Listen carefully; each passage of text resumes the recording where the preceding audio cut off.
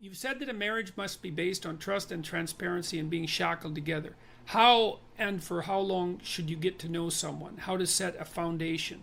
Oh well, there's no simple answer to that. Um,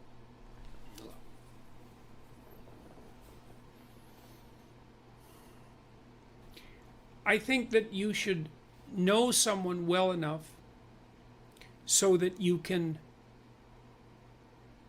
know if you can negotiate with them, and so that you have started to formulate a vision of your joint future that you can both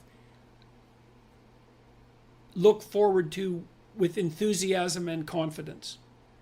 So, and of course that's going to depend to some degree on your level of maturity, but that means you've considered such things as, do you have a sufficient number of joint interests, and are you oriented in the same direction with regards to how you're going to handle your joint careers and the possibility of children, and the manner in which you're going to interact with your in-laws. And you have to start thinking about, you have to start considering your life together from the perspective of practicality and economics, I would say.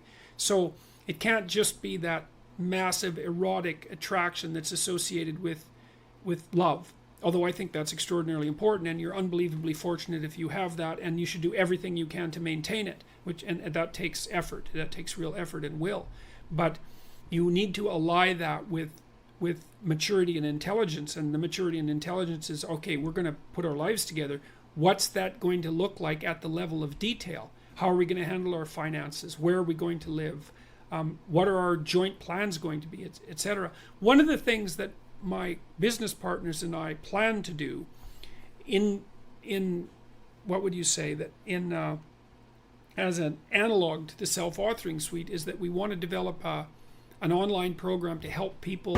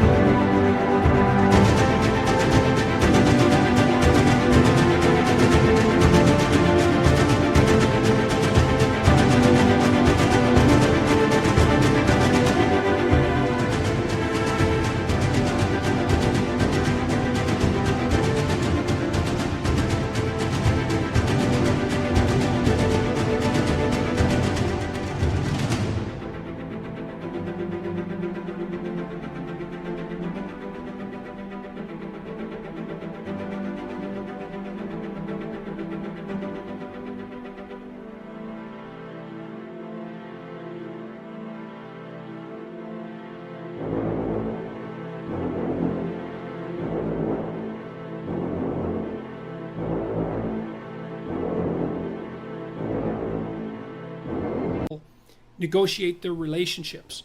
And so it would actually provide an answer to this question in a more comprehensive manner, is that, imagine that if you want to set up a household with someone, then there's a lot of things that you need to get straight, and you either do that by bringing your unconscious assumptions to bear on the situation and perhaps clashing where they don't match, or you sit down like a conscious and aware and articulate couple and start to negotiate what your joint responsibilities are going to be. And so that would be, well, who's responsible for the meals and when, and what are you going to eat, and who's going to get groceries, and who's going to pay the bills, and who's going to do which part of what household chores there are to do, and how is that going to be laid out fair. And so you should get to know the person that you're with well enough so that you can start discussing the real practical issues of life and determine whether or not you're capable of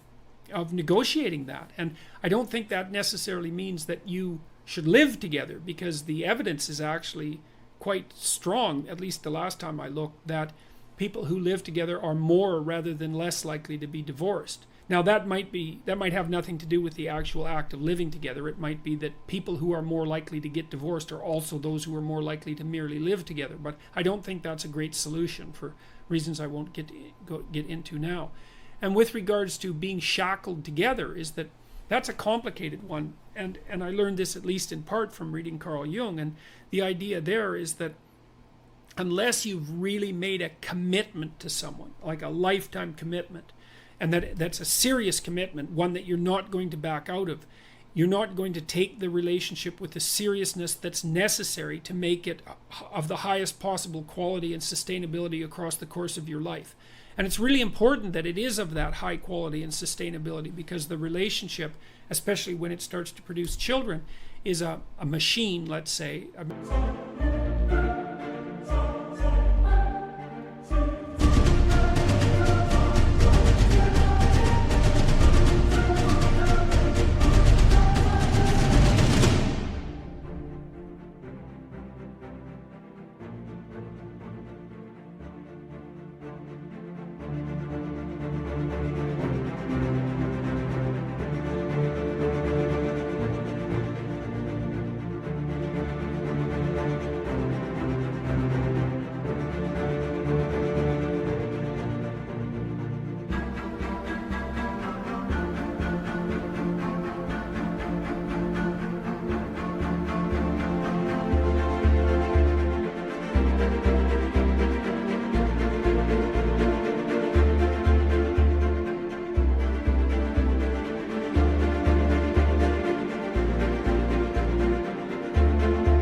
Machine that you jointly operate that adds immensely to the quality of your life and the depth of your life. I mean, you have the rope and strand of your life, and your partner has the strands and the rope of his or her life, and then those are tied together to make a stronger rope, and then that unites you across time, and then you undertake massive adventures together. And some of that is the establishment of a household and the establishment of joint careers and the maintenance of each other's mental and physical health and the maintenance of a high quality sexual life and all of that. Very, very challenging to do all of that.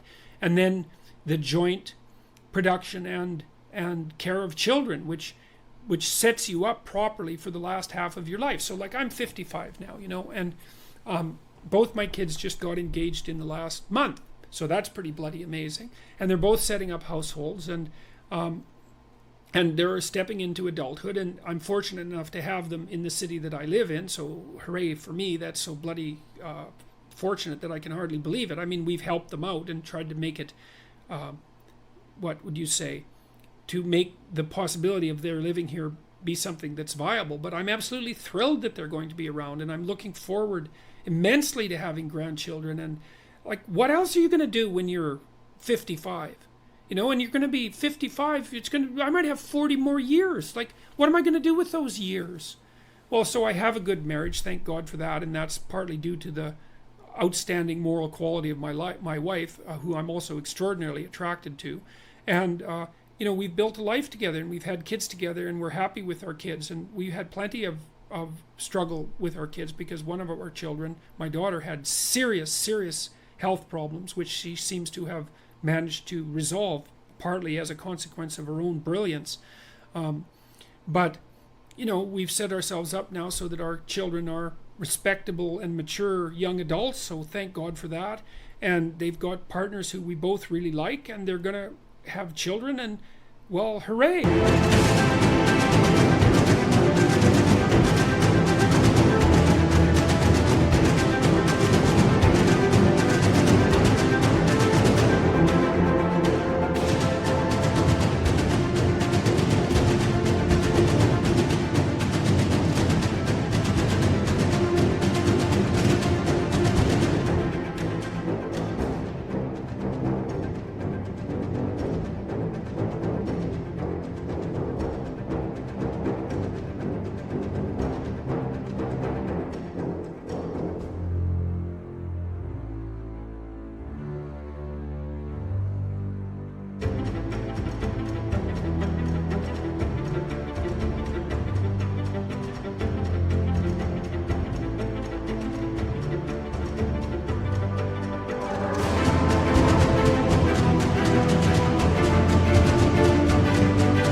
That means that this next part of my life is going to be something that I can advance into with a fair bit of hope and excitement. And the idea of having little kids around again is thrilling, because I really like little kids. They're really, really fun. And so the shackle together is more like it's such a, I may have even said that, but it's such a cynical way of looking at it. It's more like what you've produced is an unbreakable bond between two beings, and that makes both of them both of them better in every way if it's a relationship that's based on trust and genuine communication. It's a very difficult thing to attain, because you have to be willing to tell the truth, and the truth is generally a horrible thing. I mean, it's easy to tell truth when everyone wants to hear what you have to say, but it's very difficult to tell the truth when no one wants to hear it, least of all yourself. And so marriage gets a very bad rap in our culture, and so does child rearing. And I think that's absolute catastrophe, because really, being in a long-term relationship, a marriage, let's say, and having children, that's 2/3 of your life. Even if you're a highly career-oriented person, that's 2/3 of your life. And I'm a highly career-oriented person. And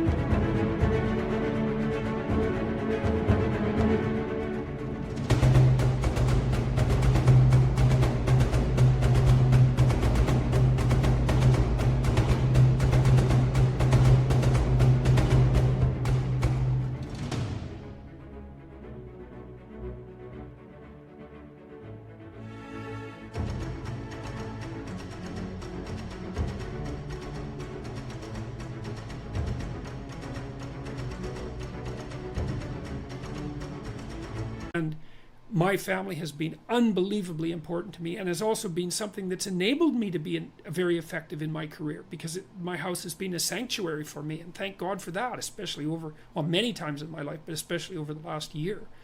So you should get to know someone long enough to know that you too can tell the truth with each other, communicate and negotiate, because the most important part of a relationship is the fact that you can tell each other the truth and negotiate.